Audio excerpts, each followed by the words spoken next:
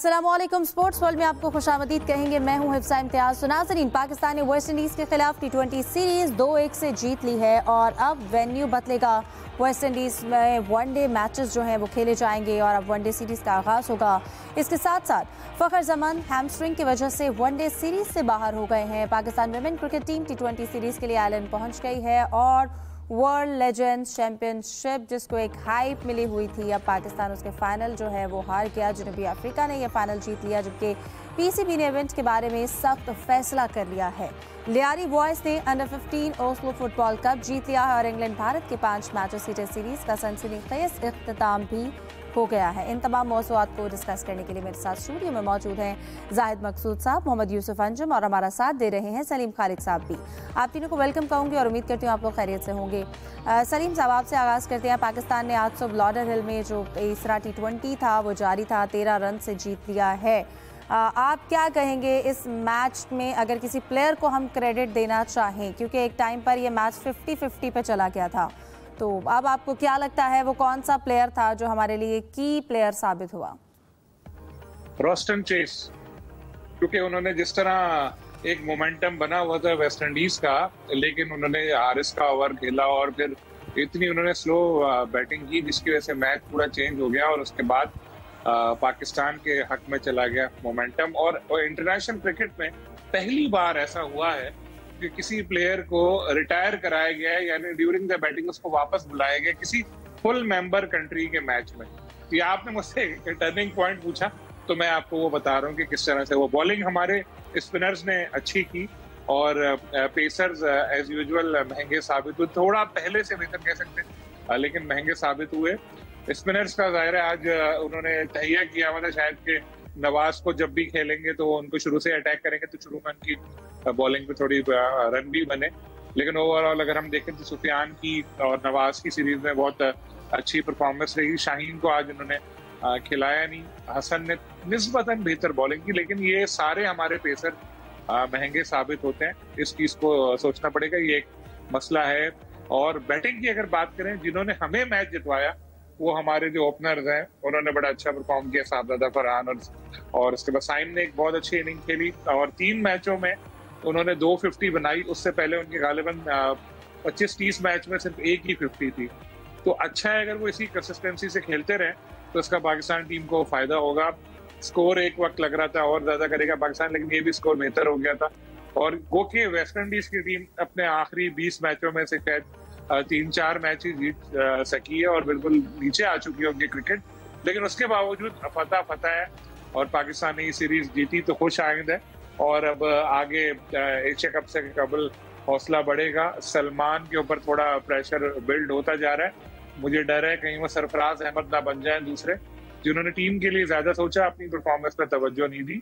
और जब तक टीम जीतती है तो रहता है, टीम हारने लगती है तो फिर कैप्टन के ऊपर ही सारा कुछ आता है। तो ओवरऑल एक अच्छी पाकिस्तान की फतह साबित हुई, लेकिन जो खामियां मैं बता दूं आपको जल्दी दूसरा, तो वो एक ये कि डेथ ओवर में बॉलिंग हमें इम्प्रूव करनी, इसके अलावा हमारे ऑलराउंडर्स बहुत ज्यादा खिला रहे हैं वो देखना होगा और टीम सिलेक्शन को देखना होगा कि प्लेइंग 11 किस तरह से बना रहे हैं ये माइक हसन, कोच की मुझे लगा, ये कैप्टन की मुझे लग रहा है इतनी चल नहीं रही, लेकिन फिलहाल चले जीत गए। तो अभी मैं ये शो खत्म हो तो यूसुफ अंजुम साहब से, जाहिद साहब से कहूँगा मिठाई मंगाएं, आपको भी खिलाएं, खुद भी खाएं। बिल्कुल, पाकिस्तान ने सीरीज़ जीत ली है जाहिद साहब और ये एक अच्छी बात है, लेकिन हमने अपना दूसरा मैच जो था वो हार लिया था, इसलिए हमें ये मैच जीतना बहुत ज़रूरी था। आपको क्या लगता है क्यों हम क्लीन स्वीप का मौका भी खो देते हैं? और फिर अगर आज जो आखिरी मैच खेला गया इसमें आप क्या समझते हैं पाकिस्तान ने कहाँ पर मज़ीद गुंजाइश है बेहतरी की? अगर क्रिकेट के या T20 के नुक्ता नज़र से देखा जाए तो तीनों मैच बहुत इंटरेस्टिंग हुए, क्योंकि तीनों मैच लॉर्डर हिल में थे जहां वर्ल्ड कप का भी पाकिस्तान ने एक मैच खेला था और इसमें जो है तवक्को भी यही थी कि लो स्कोरिंग मैच होंगे, लेकिन आज ज़रा अच्छा स्कोर हो गया। और पहला मैच पाकिस्तान 14 रन से जीता, दूसरा आखिरी गेंद पर फैसला हुआ, जैसन ओबलर ने चौका लगाया, और फिर तीसरा आज जो है वो 13 रन से जीता। लेकिन तीनों मैच जो है तमाम तर T20 की दिलचस्पी लिए हुए थे। आज के मैच का अव्वल तो जाहिर है सबको पता है कि 74 रन बनाए, साहबजादा फरहान बहुत अच्छा खेले, साइम अयूब ने उनका भरपूर साथ दिया, फिर साइम हर मैच में 7 विकेटें भी लेते रहे, बॉलिंग भी बहुत अच्छी करते रहे और दोनों ने 138 रन का ओपनिंग स्टैंड दिया। तब लगता था पाकिस्तान शायद 200 भी क्रॉस कर जाएगा, लेकिन फिर भी अच्छा स्कोर था। जो कमेंटेटर्स वहाँ पे मौजूद थे, हम सुन रहे थे कि वो भी कह रहे थे 190 के करीब पाकिस्तान स्कोर करेगा, और इतना ही पाकिस्तान ने स्कोर किया। जब वेस्ट इंडीज़ की बारी आई तो वेस्ट इंडीज़ की टीम को भी अगर ज़्यादा लिया जाए, उनका माजी भी देखा जाए, तो उनकी एक आदत नहीं जाती कि कोलैप्स करते हैं एकदम, फिर प्रेशर ले लेते हैं अगर स्कोर स्लो बनता हो। तो इसमें भी लगता था कि 13 ओवर्स तक वेस्ट इंडीज़ का स्कोर ज़्यादा था। उनकी 3 विकेटें गिरी थी, 117 रन बनाए थे। पाकिस्तान की कोई विकेट नहीं गिरी थी, पाकिस्तान 110 रन बनाए थे, तकरीबन वहाँ तक बराबर थे। फिर पाकिस्तानी स्पिनर्स ने अच्छी बॉलिंग की, और आज कप्तान जो है वो सुफियान मुकीम को लेकर 18वें ओवर्स में, और मैं समझता हूँ क्योंकि अगर इब्तदाई दोनों मैचेस देखें तो जैसन होल्डर जो है पहले मैच में भी ख़तरा बने पाकिस्तान के लिए, जब 3 छक्के लगाए थे उन्होंने एंड पे, लगता था कि पाकिस्तान के हाथ से मैच गया। शुमार जोसेफ आउट हो गए थे उस मैच में, और दूसरा मैच जो है जीत में, उसमें भी जैसन होल्डर का अहम किरदार था। उन्होंने अच्छी दूसरे मैच में 4 विकेटें भी लीं, और एंड पे चौका भी लगाया उन्होंने आखिरी गेंद पर। आज भी जैसन होल्डर को पहली गेंद पे 0 पर आउट किया सुफियान मुकीम ने, और बोल्ड किया उनको। वहाँ से उनकी टीम मजीद प्रेशर में चली गई। तो जाहिद साहब, टर्निंग पॉइंट भी आप क्या समझते हैं वही था? जी हाँ, ऐसा ही लगता है, क्योंकि टर्निंग पॉइंट एक मैच का तो नहीं कहा जा सकता, क्योंकि न्यूजीलैंड वेस्ट इंडीज़ की टीम इब्तिदा में अच्छा खेल रही थी, लेकिन वैसे जैसे मैंने बताया ना कि इब्तदाई दोनों मैच अगर देखे जाएँ तो जैसन होल्डर बहुत ख़तरनाक पाकिस्तान के लिए साबित हुए। आपको याद होगा PSL में भी अच्छा खेले थे इस्लामाबाद यूनाइटेड की तरफ से, और वो अच्छी बैटिंग भी करते हैं, अच्छी बॉलिंग भी करते हैं। जहाँ तक फास्ट बॉलर्स का तल्लुक है, अगर देखा जाए जैसन होल्डर ने अपनी हाइट का बखूबी फ़ायदा उठाया, शुमार जोसेफ ने भी अच्छी बॉलिंग की है। उसके बरक्स पाकिस्तानी फास्ट बॉलर्स इतनी कर नहीं सके, लेकिन जो रोटेशन की पॉलिसी है वो अच्छा है। आज शाहीन को आराम दिया, हारिस रऊफ़ ने आज कदरे बेहतर ओवर कराया, और 19वां ओवर बहुत अच्छा कर रहे थे। एक बार सिर्फ फुल टॉस कराई जिस पर उनको छक्का भी पड़ गया। ओवरऑल जो है अच्छी बॉलिंग थी। फिर हसन अली ने सबसे पहला जो ओवर कराया उसमें 16 रन उनको बन गया, नवाज़ को 17 रन बन गए, लेकिन हसन ने फिर आखिरी ओवर में वो तकरीबन 25 रन की शायद ज़रूरत थी, और उसमें 11 रन दी और पाकिस्तान मैच जीत गया। लेकिन बहरहाल ओवरऑल देखा जाए सनसनीखेज मैच थे, स्पिनर्स ख़ास तौर पर छाए रहे। लेकिन यहाँ वही सवाल था जिसका जिक्र भी हो रहा है बार बार कि सलमान आगा चलें। एक मैच में तो उनका मैं समझता हूँ मेन रोल था। जो दूसरा मैच है उसमें मुश्किल वक्त में जब पाकिस्तान की विकेटें गिर गई थी, उन्होंने 36 या 38 रन बनाए, लेकिन वो बॉलिंग पता नहीं क्यों नहीं कर रहे, किसी प्रेशर की वजह से नहीं कर रहे, या ख़ुद बाकी बॉलर्स को मौका दे रहे हैं, क्योंकि अच्छी स्पिन करते हैं, अच्छी गेंदें करते हैं। और ये ज़रा हैरत अंगेज़ क्या है, उन्हें कम अज़ कम अगर बैटिंग वो ख़ुद नहीं करना चाहते, अपने आप को पीछे ले जाना चाहते हैं, दूसरों को चांस देना चाहते हैं, लेकिन क्योंकि स्पिन पिचेज हैं तो यहाँ सलमान आगा भी नहीं करेंगे, या स्पिनर को अगर यूटिलाइज नहीं किया जाएगा तो कब करना। बिल्कुल। यूसुफ, आपको क्या लगता है क्यों उनकी जानिब से खुद को पीछे किया जा रहा है? यकीनन ज़रूरत है, अगर आपको लगता है मैच जीतने में आपका किरदार यहाँ पर अदा करना ज़रूरी है तो आपको खेलना चाहिए। फिर हम सुफियान मुकीम की भी बात कर रहे थे, इन मैचेस में एक अच्छी चीज़ है, उन्हें मौका भी दिया गया और हमने उनको परफॉर्म करते हुए देखा भी। तो ओवरऑल मैचेस अच्छे खेले गए पाकिस्तान टीम की जानिब से, लेकिन हम ये दूसरा मैच भी आपको क्या लगता है वो जीत सकते थे? देखें हिफ्ज़ा, मेरे ख्याल में पूरी सीरीज़ में अगर फ़र्क देखा जाए तो साहबजादा फरहान और सुफियान मुकीम थे दोनों टीमों की जानिब से। बांग्लादेश की बात करें तो उसमें भी हमने देखा कि इन दोनों को ज़्यादा मौका नहीं दिया गया, बल्कि सुफियान तो सारा बस बाहर ही बैठे रहे थे। लेकिन इस सीरीज़ में उनको पूरा मौका दिया गया, उन्होंने अपना जो इंतखाब था उसको दुरुस्त साबित किया, और ये टीम इंतज़ामिया को भी यकीनी तौर पर एहसास हो गया होगा कि अब सुफियान मुकीम ही उनकी प्लेइंग 11 का मुस्तकिल तौर पर हिस्सा होना चाहिए। यकीनी तौर पर ये एक सीरीज़ में कामयाबी पाकिस्तान के लिए खुशाइंद है, लेकिन इसमें आपने कहा कि सलमान आगा की जानिब से जो क्वेश्चन मार्क था कि वो बॉलिंग नहीं कर रहे थे, और कुछ तो लोग ये भी कहते हैं कि बतौर कप्तान भी वो कोई ज़्यादा इतनी अपनी परफॉर्मेंस के जगह नहीं बना पाए, क्योंकि आपको बैटिंग के साथ साथ अपनी बॉलिंग और फील्डिंग और ख़ास तौर पर कप्तान को अपने फैसलों से भी इस टीम को आगे लेके चलना होता है।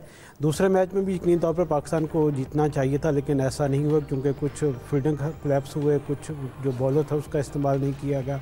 और आज के मैच में जो डेंजर मैन थे जैसन होल्डर, उनके खिलाफ सुफियान मुकीम को उन्होंने बॉलिंग की, अच्छा फैसला था, और पहली बॉल पर उन्होंने उसको आउट भी किया। तो मेरे ख्याल में ये टर्निंग पॉइंट कह सकते हैं आप इसको। ओवरऑल अगर देखा जाए तो पाकिस्तान टीम ने कम गलतियां की हैं, कुछ गलतियां यकीनी तौर पर कैरी ऑन करेंगे ये आगे भी, और उससे सीखने की कोशिश करेंगे। तो मेरे ख्याल में आगाज़ अच्छा है पाकिस्तान टीम का इस वेस्ट इंडीज़ के दौरे का, लेकिन जो सबसे बुरी बात रही हमारे लिए, परेशान कुन बात है, वो फ़ख्र ज़मान का अनफिट होना और सीरीज़ से बाहर होना है। इब्तदाई तौर पर क्योंकि उनको हैमस्ट्रिंग है तो 3 हफ्ते तो उनको यकीनी तौर पर दरकार होंगे दोबारा कम बैक करने के लिए। बिल्कुल यूसुफ, हम यकीनन फ़ख्र ज़मान का आगे जो इसके बाद वनडे सीरीज़ है उससे बाहर होना, इसके हवाले से भी हम डिस्कस करते हैं। लेकिन अब उससे पहले सलीम साहब, जो हमारे लिए अब अगला पाकिस्तानी टीम के लिए इम्तिहान है वो वनडे सीरीज़ है जो कि अब वेस्ट इंडीज़ में खेली जाएगी। आपको क्या लगता है हमारा वनडे स्क्वाड उन पिचेस को देखते हुए कितने बेहतर तौर पर सेलेक्ट किया गया है? और अगेन अगर उसमें फ़खर जमान भी अब माइनस हो गया तो आपको क्या लगता है उनकी जगह किसको जो है वो चांस देना चाहिए? देखिए, स्क्वाड तो सही है क्योंकि बाबर भी आ गए हैं और रिजवान कैप्टन है, तो ये दोनों हमारे सीनियर प्लेयर हैं, एक्सपीरियंस प्लेयर हैं और इनके ऊपर ज़्यादा जिम्मेदारी भी होगी क्योंकि अब ज़्यादातर T20 क्रिकेट ही होती रही तो उसमें बाहर रहे ही है, तो अब ये वनडे में तो ज़ाहिर ही थे ही, तो अब जब खेलेंगे बीच में थोड़ा बहुत गैप आए तो इनको भी अपने आप को एक बार फिर प्रूव करना है, इनको साबित करना है कि यार हम लोग अभी भी पाकिस्तान टीम के काम आ सकते हैं। और अगर इनकी परफॉर्मेंस भी बहुत एक्स्ट्रा ऑर्डिनरी रही इन 3 मैचों में तो इनकी तो हो सकता है T20 में भी वापसी हो जाए। बाबर की तो जगह बन भी सकती है अभी क्योंकि फखर इंजर्ड हुए हैं तो हमें जरूरत पड़ेगी, तो क्या पता कमबैक कर जाए, लेकिन उसका इन्हिसार इसी पे होगा कि इस सीरीज में वनडे में कैसा परफॉर्म करते हैं। Haris no doubt home ground पे तो अच्छा खेलते हुए नजर आए, उन्होंने बड़ी अच्छी इनिंग खेली थी पहले, लेकिन अब मसला ये है कि जब बाहर जाते हैं तो इतनी कंसिस्टेंसी नजर नहीं आती और विकेट कीपिंग उनकी बहुत एक्स्ट्राऑर्डिनरी लेवल की नहीं है, तो एक जगह तो नजर आती है। तो अब जिस तरह से हम लोग की परफॉर्मेंस जा रही है अभी फिलहाल तो हो सकता है कि कोई एक ही आ जाए और ज्यादा चांस मुझे बाबर का लग रहा है। और आपने अभी इस वनडे सीरीज के हवाले से कहा तो साहबजादा अच्छे फॉर्म में, उनको आजमाएं, परफॉर्म कर रहे हैं, जबरदस्त उन्होंने किया हुआ है, स्कोर वहीं पर है, उनको खिलाएं। और अभी हमारे 2 सीनियर भी आ गए, बाकी भी जो स्क्वाड हमारा सेलेक्ट हुआ है अच्छा है। और दूसरी जो रोटेशन पॉलिसी है कि एक बात आ रही थी तो हमें थोड़ा सेट होने अपने प्लेयर को देने का वक्त देना पड़ेगा, क्योंकि देखें एक मैच खिला के आप एक में फिर बिठा देंगे फिर किसी और को ले आएंगे तो वो सेट नहीं हो पाएगा।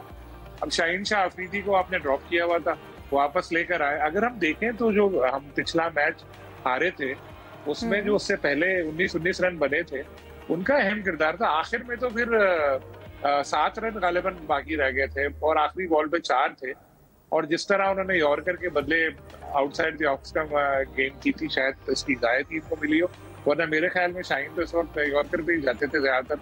बहरहाल जो भी था आपने उनको फिर बाहर कर दिया, तो इस तरह फिर कैसे किसी प्लेयर का कॉन्फिडेंस जो है वो हाई होगा। एक बात मेंशन हो रही थी अभी के इनके साहबजादा का जिक्र हुआ था कि वो और सुफियान उनका बड़ा अहम किरदार है। एक और प्लेयर हम लोग मिस कर गए, वो है मोहम्मद नवाज, जिनको प्लेयर सीरीज का अवार्ड भी मिला। उन्होंने बहुत अच्छी बॉलिंग की, एक मैच तो उन्होंने जितवाया था, आपको याद होगा, बड़ा वेस्ट इंडीज बीच की राह पर गामजन हो गया था, एक ही ओवर में उन्होंने 3 खिलाड़ियों को आउट किया था, तो उनकी परफॉर्मेंस काफी अच्छी रही थी। लेकिन कुछ प्लेयर्स की परफॉर्मेंस में सवालिया निशान भी हैं, जैसे हमारे फहीम मुशर्रफ, इक्का दुक्का उनकी बैटिंग में अच्छी परफॉर्मेंस सामने आ जाती है, लेकिन उनको एज अ ऑलराउंडर खिलाते हैं, और उस ऑलराउंडर को 3 मैचों में आपने 4 ओवर कराए, तो आप इससे देख लें। और क्या उनकी मतलब खुद जिसके ऊपर खुद कैप्टन और कोच को ट्रस्ट नहीं है उसको पता नहीं क्या खिला भी रहा है, तो ये सिलेक्शन बैलेंस करनी पड़ेगी। मैं बता रहा हूँ अभी तो आप लोगों ने बांग्लादेश के खिलाफ खेल रहे हो, वेस्ट इंडीज के खिलाफ खेल रहे हो, अभी इंडिया श्रीलंका के खिलाफ भी खेलना है एशिया कप में, और इवन अफगानिस्तान के पास बड़े हार्ड हिटर मौजूद है। एशिया कप के हवाले से बिल्कुल जैसा कि ये जिक्र भी कर रहे हैं सलीम साहब, जाहिद साहब आपको क्या लगता है एशिया कप को आगे अगर हम रखें अपना अगला जो हदफ है उसके हवाले से जो हमारे स्क्वाड रेडी किए जा रहे हैं उसके लिए कितने बेहतर हैं? देखिए अभी क्योंकि 3 मुल्क की सीरीज़ है जो कि यूएई में रखी गई है, अफगानिस्तान और यूएई के खिलाफ। यूएई की टीम गो ज़्यादा मजबूत नहीं है, लेकिन अफगानिस्तान की अच्छी टीम है, फिर एशिया कप में भी होगी अफगानिस्तान की टीम। तो तब तक जैसा सलमान आगा ने आज बाद में गुफ्तगू करते हुए कहा कि उनकी नज़रें जो है वो एशिया कप पर हैं, इसके बाद वर्ल्ड कप में कम्बिनेशन वो बना रहे हैं। अगर कोई प्लेयर वीक होता है, क्योंकि इसमें जैसा अभी यूसुफ साहब जिक्र कर रहे थे, फ़खर जमां का भी आप कह रही थी बाद में जिक्र करते हैं, तो ये पाकिस्तान को एक चोट तो ज़रूर लगी है, क्योंकि फ़खर जमां पाकिस्तान के एक मेन प्लेयर थे, उन पर बड़ा रिलाई करते हैं। और उनकी जगह पे कौन लेता है टीम में, सबसे ज़्यादा फरहान को लेना चाहिए उनकी जगह, क्योंकि वनडे स्क्वाड जो है इसके बाद सीरीज़ है अभी वेस्ट इंडीज़ में, उसमें सबसे ज़्यादा फरहान का मतलब मेरी नॉलेज के मुताबिक तो अभी अनाउंस नहीं किया। फ़खर जमां के आउट होने की खबर ज़रूर आई है, उसकी जगह साहबजादा को ले लेना चाहिए था। लेकिन वैसे क्योंकि उसमें 4 प्लेयर हैं, एशिया कप से पहले जिक्र करना चाहूँगा, जो 4 गए ही वनडे के लिए, तो लगता तो ये है कि जो पहला वनडे मैच है वो अब्दुल्ला शफीक, नसीम शाह, बाबर और रिजवान, वो चारों ही खेलेंगे। बाद में देखते हैं क्या चेंजेस करते हैं। और ओपनिंग में अब्दुल्ला शफीक के साथ हो सकता है साइम अयूब को भेजें, या अगर साहबजादा को रोक लेते हैं तो इन फॉर्म में साहबजादा और साइम अयूब दोनों को किसी को भी भेजा जा सकता है। एशिया कप में क्योंकि शोर तो अभी वैसा आपको पता है इंडिया में प्रेशर भी डेवलप हो रहा है, फिर इधर स्केड्यूल भी अनाउंस हो चुका है, थोड़ी सी खिचड़ी पकी हुई है। अब इसी बहुत से मेगा इवेंट जो है वो इंडिया में होने हैं, जिससे इंडिया ये भी चाहता है कि पूरी दुनिया में ये ना हो कि अगर एक मुल्क बाइकाट कर देता है तो उसको ओलंपिक्स कहने चाहिए, कॉमनवेल्थ गेम्स या जूनियर कॉमनवेल्थ गेम्स जो है इन सारी उनको मेज़बानी कर रहा है इंडिया। तो एक बड़े मसाइल होंगे इंडिया के लिए अगर एशिया कप इस मौके पे ख़तरे में पड़ता है। लेकिन एक अच्छा है उस वक्त तक पाकिस्तान को ट्राई नेशन सीरीज़ में भी आजमाने का मौका मिल जाएगा और यूएई की पिचों पर भी खेलने का कंडीशन से हम आगे होने का भी टाइम मिल जाएगा। लेकिन थोड़ा सा पाकिस्तानी फास्ट बॉलिंग पे में भी थोड़ा सी ज़्यादा मेहनत करनी पड़े। स्पिनर्स तो लगता है अब सुफियान मकीम हैं, इब्रार हैं, वो सेट हो चुके हैं, साइम बड़ी अच्छी बॉलिंग करते हैं और वनडे में तो ख़ास तौर पर मुझे लगता है कि मोहम्मद रिजवान कप्तानी करेंगे, वो कहीं ना कहीं सलमान आगा को भी इस्तेमाल करेंगे। और नवाज़, जैसा कि अभी सलीम साहब ने भी जिक्र किया कि नवाज़ से तवक्को की जाती थी कि वो ऑलराउंडर हैं, अच्छी बैटिंग भी करेंगे। उन्होंने खुद तस्लीम किया कि वो थोड़ा सा परेशान है कि उनकी बैटिंग नहीं चल सकी, लेकिन उन्होंने बॉलिंग आउट क्लास किया और एक ओवर में 3 विकेटें भी ली थी जिसमें उन्होंने मरकजी किरदार अदा किया था। जी बिल्कुल यूसुफ, इसके बाद हमारी ट्राई नेशन सीरीज़ है यूए में, हम उससे उनकी पिचेस पर भी खेल के उन पिचेस के साथ हम आहंग हो सकते हैं। इसके बाद एशिया कप जो है उसके ऊपर काफ़ी नज़रें भी हैं, जिस तरह से अभी भी हाइप क्रिएट हुई हुई है और स्पेशली एक इंडिया इस इवेंट की मेज़बानी कर रहा है। उसके साथ साथ अगर हम अब स्क्वाड को देखा जाए, जैसे कि आप भी जिक्र कर रहे थे, फ़खर जमान हमारी वनडे अभी जो सीरीज़ होने जा रही है वेस्ट इंडीज़ के साथ, उससे भी आउट हो गए, हैमस्ट्रिंग का शिकार हुए, अनफिट हो गए हैं। लेकिन हम देख रहे हैं कि बार बार प्लेयर क्यों अनफिट हो रहे हैं। अगर हम फ़खर जमान की, क्योंकि अपनी पिछली इंजरी से भी वो काफ़ी डिप्रेशन में चले गए थे, अब एक बार फिर से उनको उसी सूरत हाल का सामना है। देखिए वजह ये पीसीबी का जो मेडिकल पैनल उस पर भी की परफॉर्मेंस पर भी सवालिया निशान है कि एक ही प्लेयर बार बार अनफिट क्यों हो रहा है। फ़खर जमान का इस तरह अनफिट होना पाकिस्तान टीम के लिए तो बहुत बड़ा धचका है और जैसा कि हमारे इतलात हैं कि वो 3 हफ्ते तो बिल्कुल वो नहीं खेल पाएंगे। अब वतन वापस उनकी रवानगी वहाँ से शुरू हो चुकी है, कल वो यहाँ पर पहुँचे, कल उनका यहाँ पर दोबारा टेस्ट होगा, मेडिकल टेस्ट होगा, जिसमें तमाम चीज़ों को देखा जाएगा, बारीक बीनी के साथ उनकी रिपोर्ट का जायज़ा लिया जाएगा। और मेरे ख्याल में कि हो सकता है कि अगर इंजरी बड़ी नहीं हुई फिर तो 3 हफ्ते लगें, लेकिन अगर इंजरी ज़्यादा शदीद नौयत की है तो फिर टाइम ज़्यादा भी लग सकता हो सकता है कि उनको एशिया कप भी मिस करना पड़े। इतनी तौर पर ये पाकिस्तान के लिए इतनी अच्छी सूरत हाल नहीं है फिटनेस के हवाले से। हमेशा ही खिलाड़ियों को एक इनके मसला रहा है पाकिस्तान की फ़िटनेस के हवाले, कभी नसीम शाह अनफिट होते हैं, कभी वसीम जूनियर अनफिट होते हैं। तो मेरे ख्याल में थोड़ा सा पाकिस्तान क्रिकेट बोर्ड को थोड़ी सी अपनी जो तरजीहात है उसको बेहतर और जो प्लानिंग है मेडिकल के हवाले उसको बेहतर करने की ज़रूरत है। ओवरबर्डिंग या ओवरलोड जो वर्कलोड होता है उससे भी थोड़ा किन तौर पर खिलाड़ियों को बचाने की ज़रूरत है। हो सकता है कि वहाँ क्योंकि गर्मी बहुत ज़्यादा थी, गर्मी की वजह से ये चीज़ें होती रहती हैं हैमस्ट्रिंग वगैरह की, अल्लाह करे कि उसकी जो इंजरी है ज़्यादा नौयत की ना हुई। रही बात एशिया कप की, तो हम डे 1 से ये कह रहे हैं कि एशिया कप प्रोग्राम के मुताबिक होगा। इंडिया जितना मर्जी शोर मचा ले, अभी देखेंगे पहले स्केड्यूल का ऐलान हुआ, उसके बाद वेन्यूज़ के अनाउंसमेंट हुई और अब चंद दिनों में आप देखेंगे जो टिकटों की अनाउंसमेंट है वो भी होने जा रही है। तो एशिया कप के हवाले से हमें तो काम करने को पाकिस्तानी के तौर पर कोई भाव नहीं है। इंडियन मीडिया और इंडियन जो पॉलिटिशियन है वो इतनी तौर पर अपना शोर मचाते रहते हैं कि पाकिस्तान के साथ नहीं खेलना चाहिए, लेकिन एशिया कप में पाकिस्तान इंडिया मैच भी ज़रूर होगा और ये जो एशिया कप के मैचेस हैं ये भी प्रोग्राम के मुताबिक ही होंगे। बिल्कुल।